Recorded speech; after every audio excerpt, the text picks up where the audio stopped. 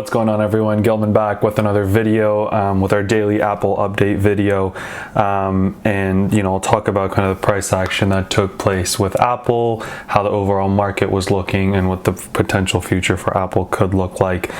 So really quickly, if you haven't yet, if you want to go down and subscribe, like, and comment down below if you're in Apple or what you think of Apple long term as well. The like and subscribe really helps us out, so make sure to do that. But let's get right into it. So taking a look at the one-day chart, what we see here for Dow, right, is it's a 526 point drop. Huge drop for Dow, right? We took another loss on Monday. Taking a look at the 5-day chart, this drop on Monday, and then another drop today. So definitely, downtrending this week so far. And then the S&P had another 2.35% drop, and the NASDAQ sometimes being the worst, as we've seen, because of how high it's rallied recently. It was down almost 3%. Now taking a look at Apple, again, comparing it to the Dow, it was down 4%. The Dow was only down about 2%, right? And that's me rounding up. And the NASDAQ was down 3%. So Apple was down 4%, definitely not a good overall, day for Apple. Taking a look at the one-day chart, we saw that we kind of opened up, went a little bit higher, but then, came right back down and continued that trend down. So I'll just draw like a little trend line. And as we could see, throughout the course of the day, this isn't perfect, right? But I'm just trying to demonstrate something here. With how it was sort of trading, and I'm not doing this too well. Let me just erase that and redo it. So I'll just draw it here. Yeah, this is good enough.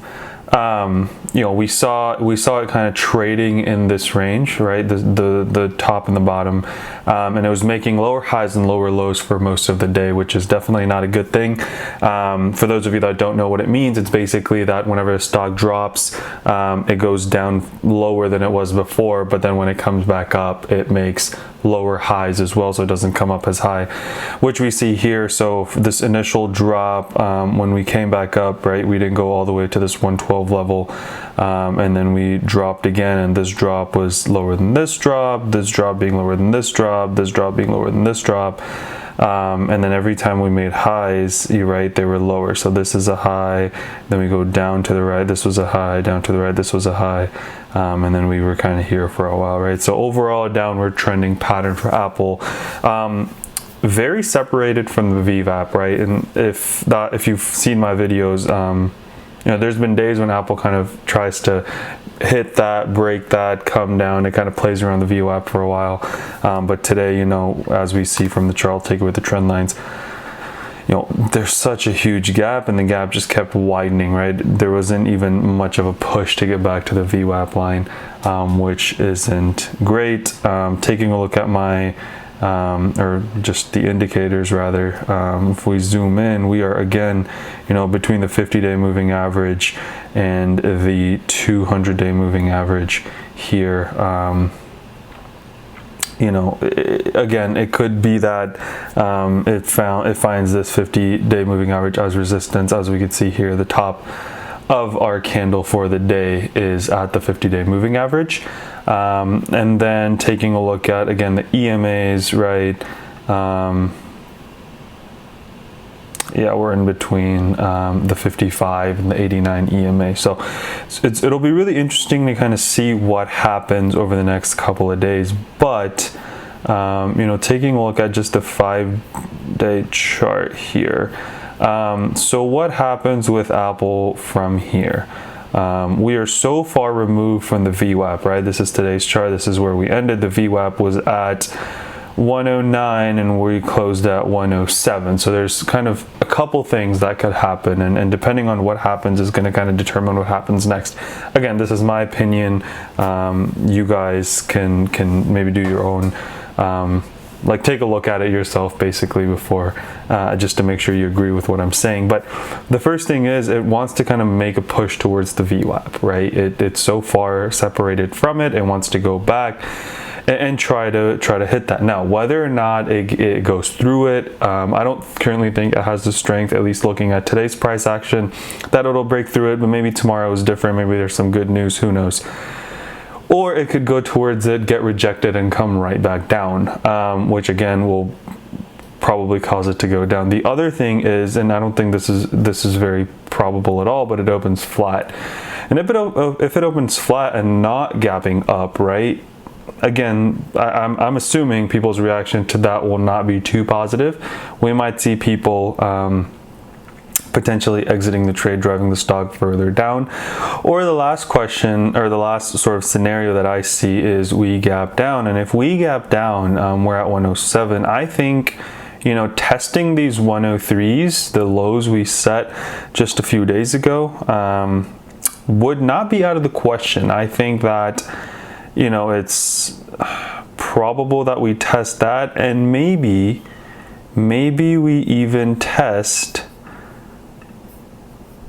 this lower EMA, which is at, let's see what's at today.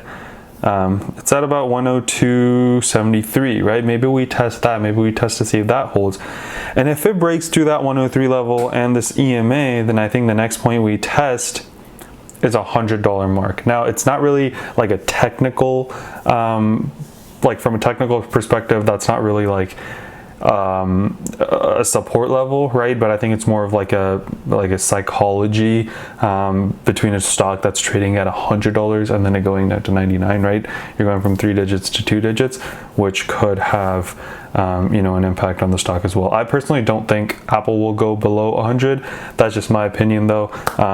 We've seen in the stock market anything can happen, right? A company like Apple, again, almost a $2 trillion company, $1.83 trillion company, trading and moving 4% in the course of a day. And this is the second time this week where it's sort of done that, right? This day we were at lows of 103 and then we closed at 112. And then today we went from this 112 all the way down to 107, right?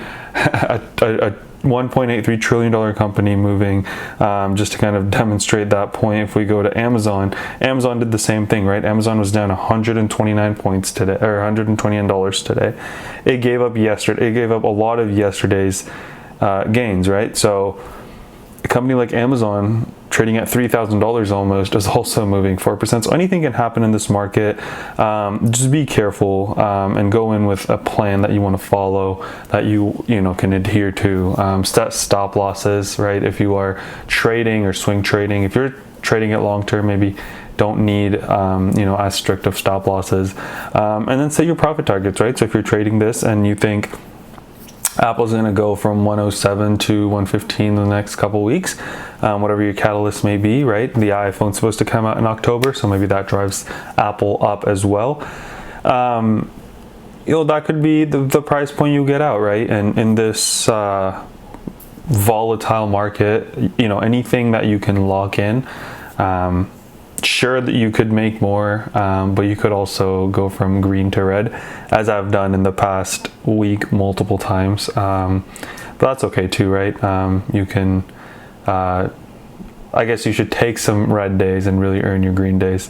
But yeah, that's all I had today. So we'll kind of see what happens tomorrow. I'll try to make another one of these tomorrow as well, based on tomorrow's price action. But I'm really interested to see kind of at this point, we're so far from the VWAP, whether it gaps up, whether it gaps down, whether it stays flat, and the price action that follows. If you enjoyed this video, drop us a like, comment down below as well if you are in Apple, what your thoughts on Apple are. Subscribe to the channel if you are new. And with that, let's remember to be a bit better every single day. And until next time.